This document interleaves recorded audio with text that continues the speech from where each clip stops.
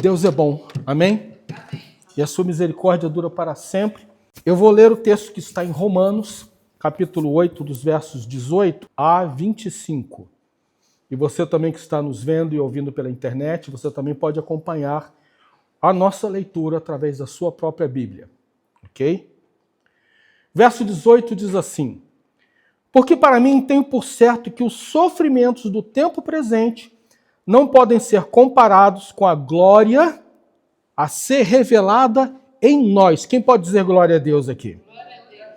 A ardente expectativa da criação aguarda a revelação dos filhos de Deus.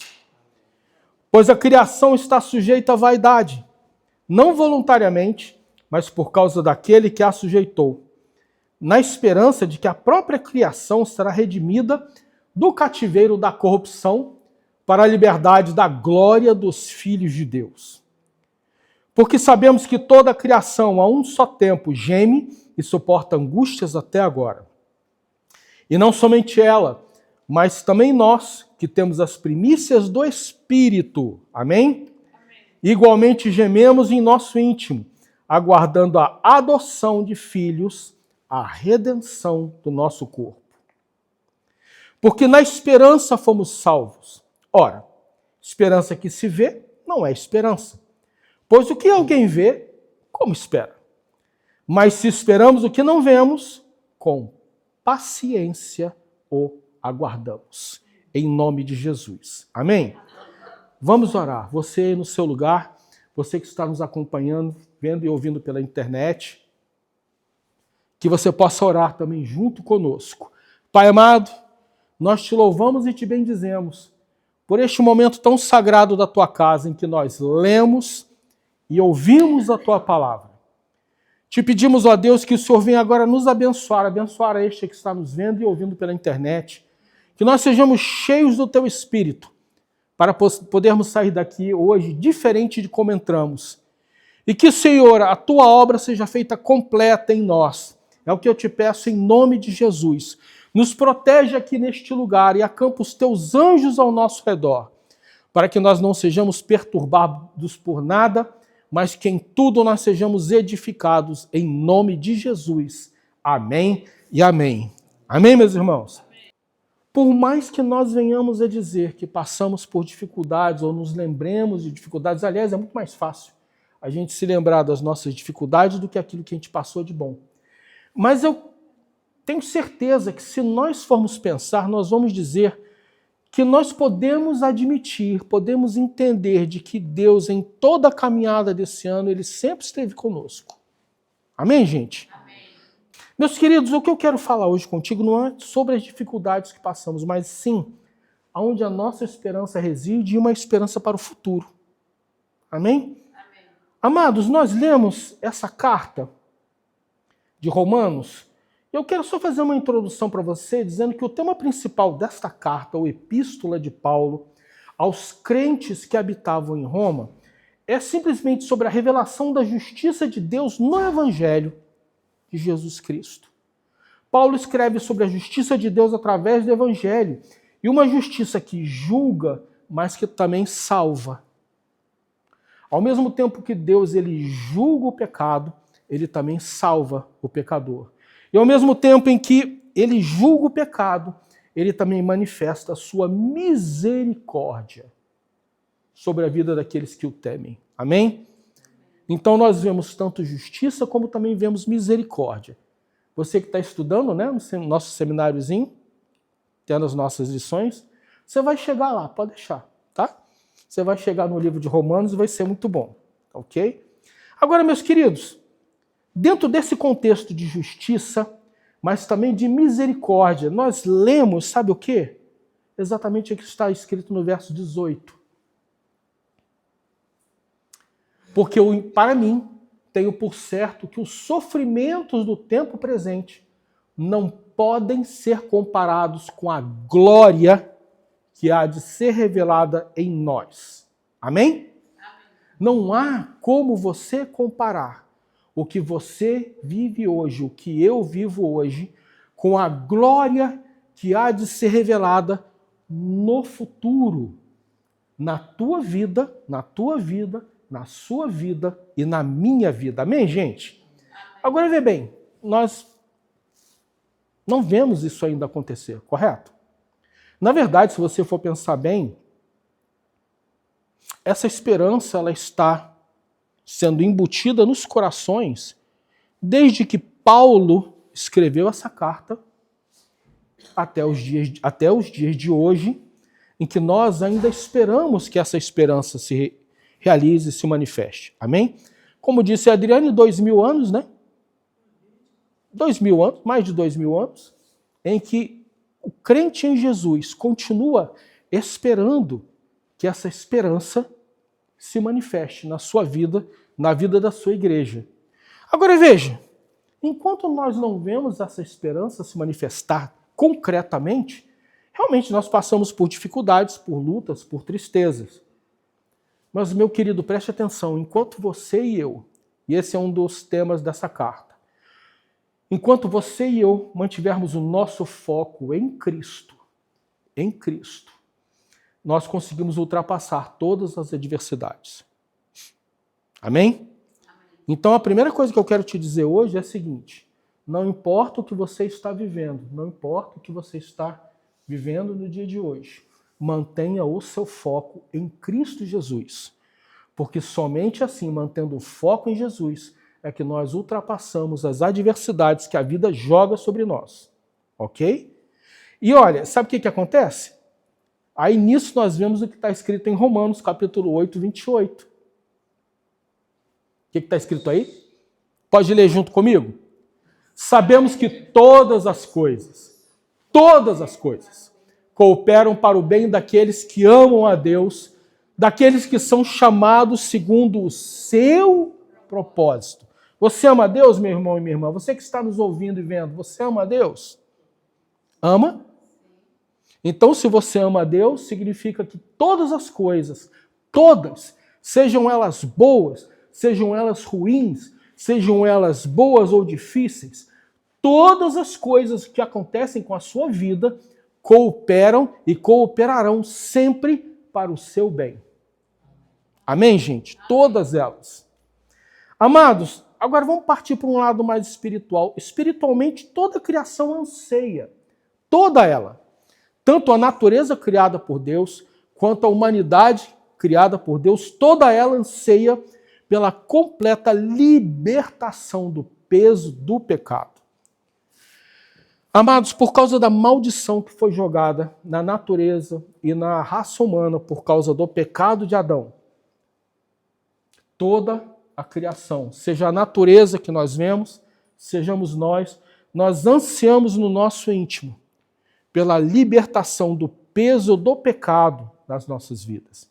Infelizmente, como eu falei, toda a natureza foi amaldiçoada, toda a criação foi amaldiçoada por causa do pecado de Adão. Por isso que é dito no verso 19 o seguinte: a ardente. O que é ardente expectativa? O que você acha que é ardente expectativa? É algo que você espera ansiosamente. Muito bem, ansiosamente. A ardente expectativa da criação, a ansiosa expectativa da criação, ela aguarda a revelação dos filhos de Deus. Pois a criação está sujeita à vaidade, não voluntariamente, mas por causa daquele que a sujeitou. Adão, por causa do seu pecado de desobediência e desejo de independência de Deus, ele sujeitou toda a criação a um peso. Ao peso que hoje nós levamos na nossa vida. A doença, a morte, tudo que nós vemos hoje, todo o decaimento que nós vemos hoje, todas as doenças, sejam elas mentais ou físicas, todas as deformidades ou deformações que nós vemos hoje, elas são consequência do pecado de um só homem. Infelizmente. Amados, toda a criação, a raça humana, ela traz sobre si as angústias da tentação e da morte. Todos nós somos tentados. Todos os dias. Todos nós somos tentados, todos os dias. A morte, ela ainda tem domínio sobre nós. A morte ainda tem domínio sobre a humanidade. Por isso que a Bíblia fala que o Senhor Jesus, ele venceu o último inimigo da humanidade, a morte. Ele venceu o pecado e ele venceu a morte. Você, enquanto crente em Jesus, você que está nos vendo e ouvindo, enquanto crente em Jesus, você geme pela ressurreição do teu corpo e pela nossa admissão no gozo completo da redenção. Por isso que nós falamos Maranata. O que é Maranata? Vem, Senhor Jesus. Por isso que o crente, em toda a história da humanidade, ele sempre suspirou, sempre disse, até os dias de hoje, Maranata, Senhor, vem, Senhor. Porque, na verdade, com isso nós dizemos que estamos gemendo, ansiosos pela vinda do nosso Senhor. Amém, gente? E aí é dito no verso 21, na esperança de que a própria criação será redimida do cativeiro da corrupção para a liberdade da glória dos filhos de Deus. Quando nós dizemos Maranata, vem, Senhor Jesus, nós dizemos isso. A esperança da criação, que será redimida deste cativeiro de corrupção que nós ainda vivemos, para a liberdade da glória dos filhos de Deus. Liberdade. Nós hoje somos libertos do peso do pecado, nós hoje somos libertos do reino das trevas e nós somos transportados para o reino do Filho da sua luz, do Filho da luz que é Jesus Cristo, por causa do sacrifício dele na cruz. Mas nós ainda vivemos sobre essa expectativa. E por causa de nós vivermos sobre isso, nós vivemos a esperança. Agora veja, como fazer a plena redenção? Como fazer enquanto a plena redenção não chega nas nossas vidas? Como fazer se nós ainda não estamos na glória?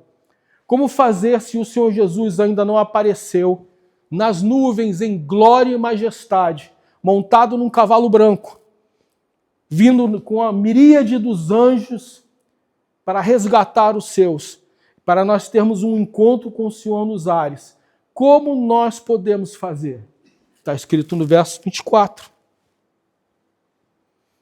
Porque na esperança fomos salvos. Ora, esperança que se vê não é esperança.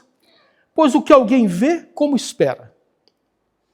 Se você está no ponto de ônibus, né, no bus stop, e você vê que o ônibus está vindo, você não precisa mais esperar pelo ônibus. Porque você sabe, olha, ele está vindo aí, daqui a 2 minutos eu estou entrando. Se ele não está vindo, você fica na esperança, né? Tipo, poxa, será que ele vai chegar? Será que ele vai cumprir o horário, né? Até que volta e meia o ônibus aqui se atrasa ou passa antes da hora. Então nós ficamos na esperança de que algo vai acontecer. Amém? Então o crente em Jesus, ele vive baseado na esperança. Por isso que está escrito no verso 25 o seguinte: se esperamos o que não vemos, com paciência o aguardamos. Amém? Se esperamos o que não vemos, com paciência a gente aguarda. Você e eu, pacientemente, esperamos a manifestação de Deus, esperamos a manifestação do Senhor Jesus. Então, esperamos com paciência. Agora veja, essa é a resposta. Como passarmos ou ultrapassarmos os dias que hoje nós vivemos? Através da esperança. Só que sabe que esse texto aqui tem uma coisa muito interessante. A palavra esperança, nesse texto que está aqui, também pode ser traduzida por fé. Fé. Troque a palavra esperança por fé. Ou seja, na fé fomos salvos. Ora, fé que se vê não é fé, pois o que alguém vê, como o espera. Então nós aguardamos também pela fé. Fé naquilo que nós não vemos. Nós nunca encontramos o Senhor Jesus em carne e osso. Mas nós, pela fé, nós nos rendemos a Ele. Você que está nos vendo e ouvindo, você, se ainda não fez isso, você ainda pode se render ao senhorio de Cristo, não pelo que você vê, mas pela fé. Nós nos rendemos ao Senhor Jesus não porque nós o vimos, mas nós nos rendemos a Ele pela fé. E aí, meus irmãos, aparece esse texto lindo que está em Hebreus 11, verso 1 e 2. Ora, a fé é a certeza das coisas que se esperam, a convicção de fatos que não se veem. Veja como a Bíblia é maravilhosa. Um texto coopera e confirma com o outro. Fé é a certeza das coisas que se esperam. Nós esperamos. Esperamos novos céus e nova terra. Esperamos o momento em que o nosso corpo será redimido e nós seremos transformados à imagem e semelhança de Jesus em corpo glorificado. Esperamos viver na Nova Jerusalém. Esperamos, na Nova Jerusalém, encontrar os nossos entes queridos que já partiram na glória. Esperamos nos encontrar com Davi, com Moisés, com Abraão, na Nova Jerusalém, pela fé. E em falando nos heróis do Antigo Testamento, olha que coisa fantástica.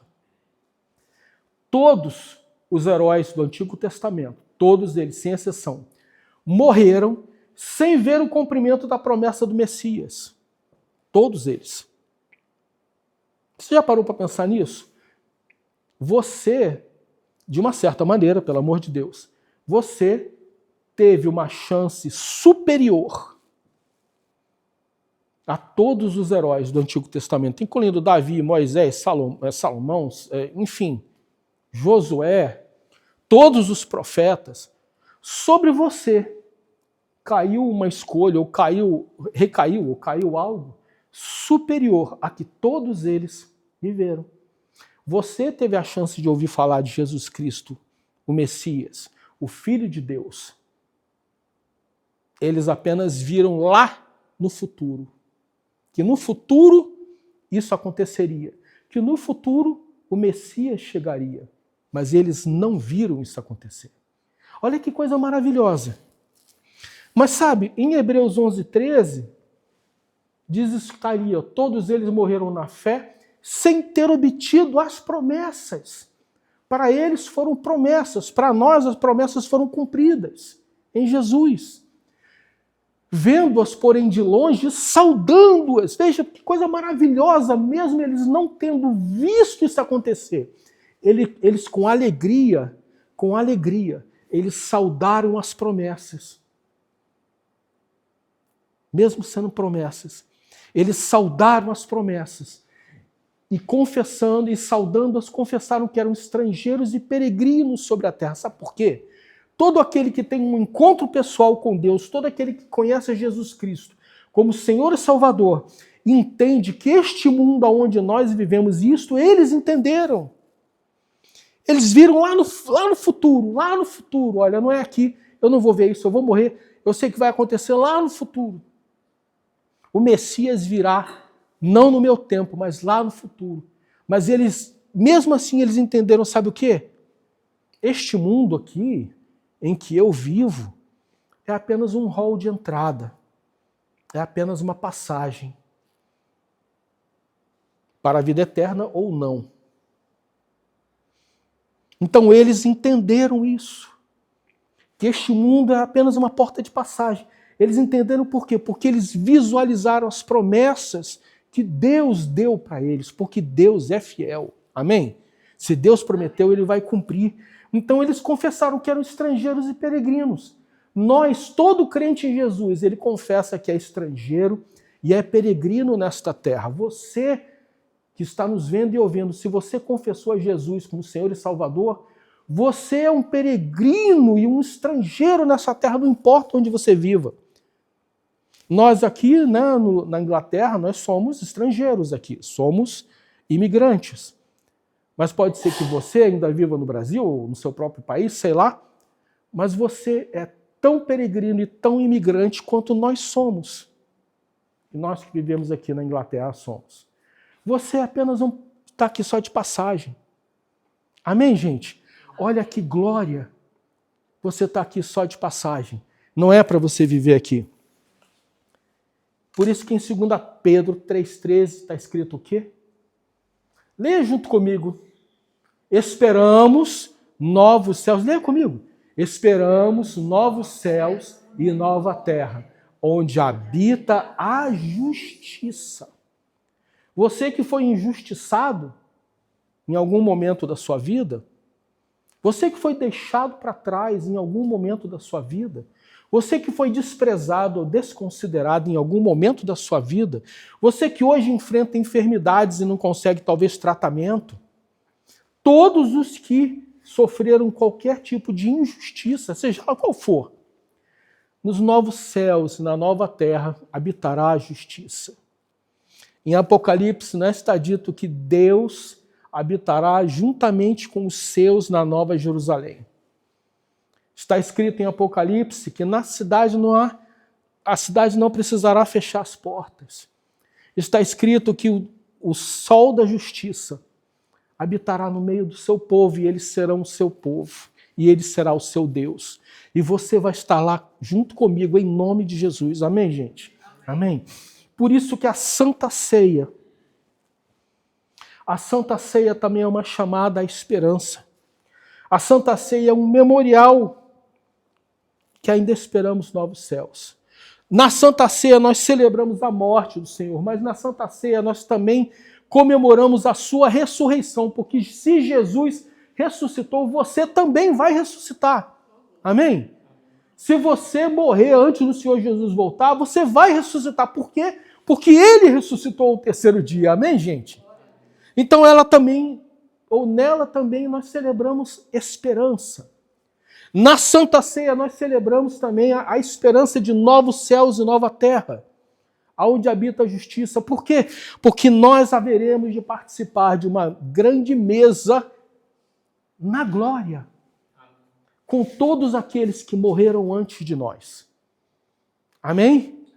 Você e eu iremos participar de uma Santa Ceia, porque o Senhor Jesus estará conosco também, na glória, junto com todos os salvos e remidos pelo Cordeiro. Então, a Santa Ceia, meus irmãos, é uma chamada para você e para mim, dizendo assim, não perca a fé, não perca a esperança.